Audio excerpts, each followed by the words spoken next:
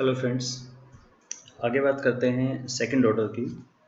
अगर कभी आपके पास कोई भी कंस्ट्रक्ट ऐसा हो जो सेकंड ऑर्डर का हो, तो जैसे अभी मेरा जो मॉडल है इसमें सभी जीरो ऑर्डर हैं। क्वालिटी के अंदर 6 स्टेटमेंट हैं, बिहेवियरल इंटेंशन में 6, 5 और 4। लेकिन अगर हमारा मॉडल ऐसा हो, मतलब थ्योरी हमें सजेस्ट करती है कि actually quality is made up of tangibility liability. अभी मैंने 2 लिए, अगर ज़्यादा भी हों तो इसको हम बोलते हैं सेकंड ऑर्डर। सेकंड ऑर्डर को यहाँ कैसे बनाएंगे, ये थोड़ा सा टिपिकल है, थोड़ा सा अलग है ये। इसको बनाने के लिए पहले एक बार हम दोबारा ये मेथड देखें। हम एमएलई में कैसे कर रहे होते थे, जो एमओस में हम यूज़ करते थे, कि क्वालिटी की एक हम बनाएंगे वैल्यू जो इन सबको प्रिडिक्ट करे, क्योंकि यहाँ ये डिपेंडेंट है और ये इंडिपेंडेंट है, राइट। तो इसकी कोई एक वैल्यू आएगी, उस वैल्यू से हम क्या करते हैं, अभी 3 नए कंस्ट्रक्ट बना देते हैं यहाँ पे। ये 3 हमारे कंस्ट्रक्ट हैं। ये 3 कंस्ट्रक्ट कैसे हैं कि पहले के अंदर मेरे पास ये हैं क्वालिटी के फर्स्ट और सेकंड, इसमें क्वालिटी के थर्ड और फोर्थ है, और ये क्वालिटी की फिफ्थ और सिक्स्थ है, ठीक है। और इसको मिनिमाइज करते हैं एक मिनट के लिए, इनको भी मिनिमाइज कर देते हैं। तो ये अभी कैसे बनी, इसकी वैल्यू कहाँ से आई, उन 6 की वजह से, और जो कि रिफ्लेक्टिव है, ठीक है। ये भी रिफ्लेक्टिव है सारे अपने आप में, कोई नहीं, और इनका एक नाम दे दे Q1। ये हमारी सेकंड क्वालिटी, या इसका जो एक्चुअल नाम है हमने यहाँ पे इसका नाम दिया हुआ है टेंजिबिलिटी, इसका नाम हमने दिया हुआ है वर्ड फाइल में रिलायबिलिटी, ये भी, और थर्ड का नाम हमने दिया हुआ है शायद रिस्पॉन्सिवनेस, ओके, F2 रिस्पॉन्सिवनेस। तो अब एक चीज़ देखिए यहाँ पे, अगर मैं इसकी अपनी वैल्यू है, अगर हम इसको देखें, ये इन दोनों को प्रिडिक्ट करके अपनी वैल्यू आएगा, इन तीनों की भी वैल्यू है। अगर मैं यहाँ पे इन तीनों से इसको प्रिडिक्ट करूँ तो क्या होगा, ये क्या चीज़ है, ये 6 से मिलके बना है, ये 2 से मिलके बना है, 2 से ये, 2 से ये, तो बेसिकली ये तो 100% एक्सप्लेन हो जाएगा, आर स्क्वायर हो गया ना ये केस का।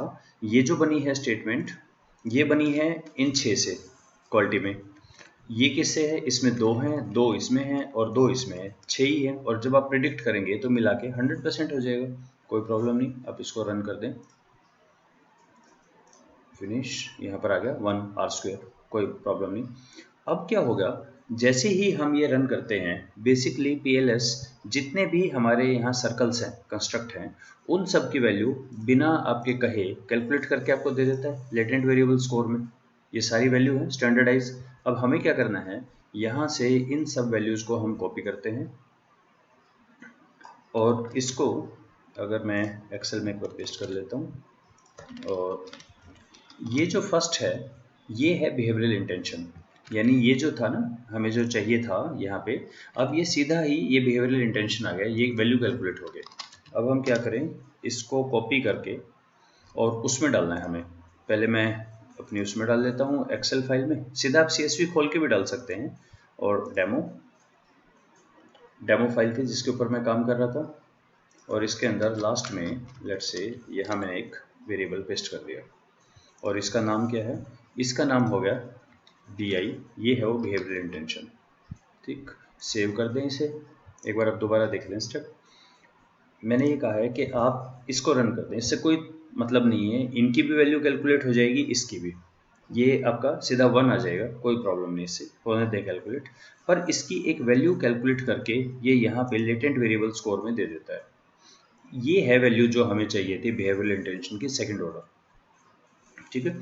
सेकंड ऑर्डर की वैल्यू को यहाँ से ले गया मैं एक्सेल में, जस्ट ताकि सिस्टमेटिकली हो जाए। एक्सेल से इसको ले गया SPSS में, SPSS में सेव कर देता हूँ मैं इसे, सेव एज एक न्यू वेरिएबल के तौर पे, नई फाइल के तौर पे, न्यू, सेव, और इसके अंदर अब मैं इसको एक्सपोर्ट कर देता हूँ CSV पे, न्यू में, ठीक हो गया एक्सपोर्ट। इसका काम ख़त्म, इसका काम ख़त्म।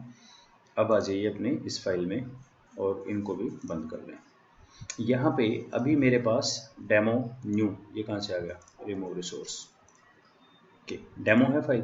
अब यहीं पे हम क्या करते हैं, इससे कोई फ़र्क नहीं है अभी रेड वगैरह को, इंपोर्ट इंडिकेटर डाटा, और यहाँ से डेमो न्यू ले लेता हूँ मैं, फिनिश, डेमो न्यू आ गई। डेमो न्यू में अब इन सबको हटा दें, और क्वालिटी के अंदर क्या थे, ये 6, इनको भी हटा दें। अब हमारी क्वालिटी क्या बन गई, ओहो, नाम तो मैंने इसका BI रख दिया, कोई बात नहीं, ये मुझे याद है, क्वालिटी रखना चाहिए था, ये BI इधर डाल दिया। अब ये बन गया सेकंड ऑर्डर, क्योंकि बी आई जो आई है ये वैल्यू हमारी आई है सीधा सेकंड ऑर्डर की कैलकुलेट हो गई। इसी में अगर आपको और लगे कि नहीं मुझे वो फर्स्ट ऑर्डर की भी वैल्यू चाहिए, आप ऐसे भी कर सकते थे। ये जो आपके पास वैल्यू है ये सारी फर्स्ट ऑर्डर की कैलकुलेट हो रही है, रिलायबिलिटी, रिस्पॉन्सिवनेस, क्वालिटी की वैल्यू आ रही है इसमें। तो ये सारी की सारी वैल्यू, मैंने कुछ गलती कर दी शायद, मुझे वैल्यू लेनी चाहिए थी क्वालिटी की, ये वैल्यू लेनी चाहिए थी मुझे, ना कि बिहेवियरल इंटेंशन की। ये गलत उठा ली मैंने वैल्यू, कोई बात नहीं। ये आप वैल्यू, अगर आपको एमओस को थोड़ा सा याद हो, एमओस में हम क्या करते थे, एक ऑप्शन होता था इम्प्यूट। इम्प्यूट करने पे सर्कल की वैल्यू कंप्यूट हो जाती थी और बाद में नई फाइल ऐड करके उसमें हम बॉक्स में ले आते थे, क्योंकि अब तो फाइल में आ चुकी। इन सब की वैल्यू अगर आप चाहें तो वो वैल्यू आपके पास आ जाएगी, बस डाटा फाइल में उसको इन्वॉल्व करें और फिर वो सीधे उतार सकते हैं। जैसे अब मुझे एक्चुअली दोबारा से एक बार ये करना चाहिए क्वालिटी के लिए, तो मैं अब क्वालिटी और इन सब के लिए कर लेता हूँ। क्वालिटी कॉपी फाइल, ये अच्छा है कि मैंने अभी तक खोल ही रखा है। बिहेवियरल इंटेंशन मुझे नहीं चाहिए, क्लियर।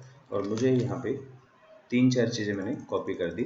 आई रिमेंबर तीसरा सेटिस्फैक्ट, ये तो 5 हो गई कॉपी, चलो देख लेते हैं 5 के हम कौन सी हुई कॉपी।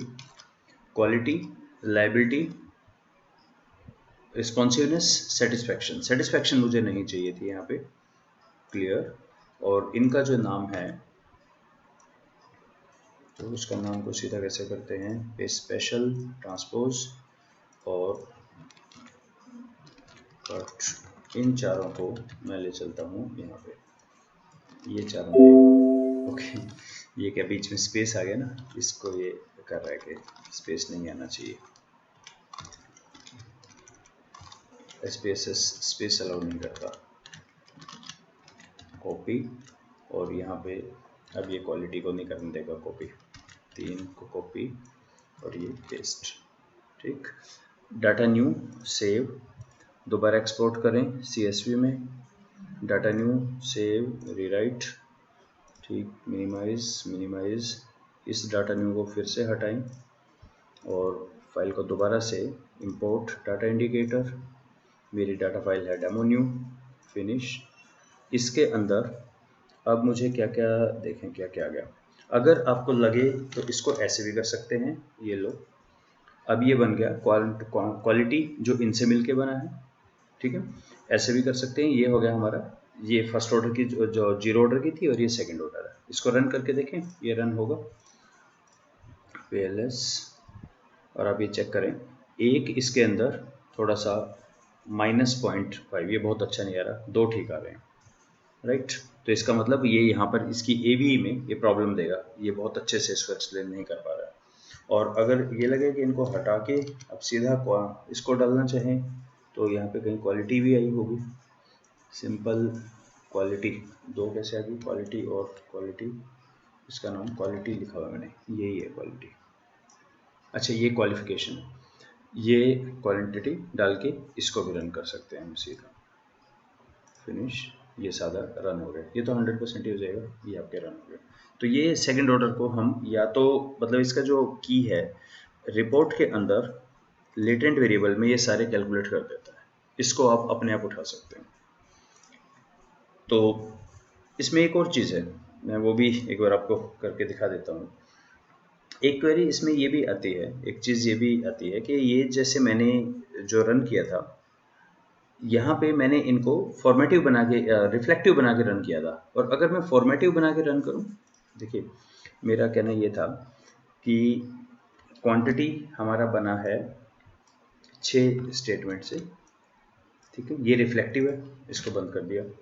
फिर मैंने 3 अलग से यहाँ बनाए थे, 1 2 3, जिसमें क्वालिटी ही थी, क्वालिटी 1 और 2 पहले में, 3 और 4 यहाँ पे, और क्वालिटी 5 और 6 थर्ड के अंदर थे, ठीक। इसका नाम टेंजिबिलिटी, TNG, सेकंड का नाम रिलायबिलिटी और थर्ड का नाम रिस्पॉन्सिवनेस, ठीक है। और ये 6 से मिलके बना है, ये भी रिफ्लेक्टिव है, ये भी रिफ्लेक्टिव है, ठीक है। और अगर इनको भी रिफ्लेक्टिव कर दें पहले मैंने फॉर्मेटिव किया था, अगर इनको भी रिफ्लेक्टिव कर दें तो क्या फ़र्क आ जाएगा, कोई फ़र्क पड़ेगा इन चीज़ों पे? रन करके देख लेते हैं। रन हो गई, ये तीनों का आ गया। ये तो खैर अभी इसको नहीं देखें क्योंकि 6 की 6 वैल्यू है इसमें। और डिफ़ॉल्ट रिपोर्ट में लेटेंट वेरिएबल का स्कोर, चलिए इसको कॉपी कर लेते हैं। एक चीज़ हमें चेक करनी है और यहाँ पे मैं इसको पेस्ट कर देता हूँ। अब एक चीज़ जो हमें चेक करनी चाहिए, क्या इस और इस स्कोर में फ़र्क है? देखो एक बार मिला के देखते हैं। 0.13319 133 7551 2 2.9 2.92 1.68 1.68 7018 7017 1818। अब कहीं भी इसको चेक कर लें 123 123 1.23। इसका मतलब इससे कोई फ़र्क नहीं है, ये इनकी आपस में है। चाहे आप इसको फॉर्मेटिव करें चाहे रिफ्लेक्टिव करें, इसका स्कोर हमेशा वही आएगा। बाद में इसके स्कोर को आप रिप्लेस कर सकते हैं। अब जो मैंने तरीका बताया था, इस स्कोर को कॉपी करें, CSV फाइल में ले जाएं, पहले SPSS में, फिर इसमें ले जाएं सीधा। अगर आप सीधा कंफर्टेबल है, खोल सकें, काम कर सकें, CSV में काम कर लें। CSV में काम करके रीअटैच करें। मेक श्योर ये इसके ऊपर लिखा ही आ जाएगा ये भाई कि इसको आप यूज़ दिस। अगर नहीं आए तो right click use data file की, इसके साथ कैलकुलेशन अब आप करें और फिर इनको हटा के अब आप सीधा यहाँ पे इसको डाल सकते हैं, यानी इनको भी हटा दें। और अब आप यहाँ से जो आपका हमने कैलकुलेट किया था ना सेकंड ऑर्डर के लिए क्वालिटी, इसको यहाँ डाल दें, ये आपका बन जाता है सेकंड ऑर्डर। तो सेकंड ऑर्डर उतना मुश्किल भी नहीं है, थोड़ा सा टेढ़ा है। इसमें आपको 2 स्टेप्स में करना पड़ता है कि सेव करके फिर इसको कर लें। ये मैंने आपको दिखाया कि इसको आप अपने डायमेंशन के साथ फॉर्मेटिव करें, रिफ्लेक्टिव करें, कोई फ़र्क नहीं पड़ता, वो एक ही वैल्यू आती है। So this was how to handle second order construct in PLS. Thank you.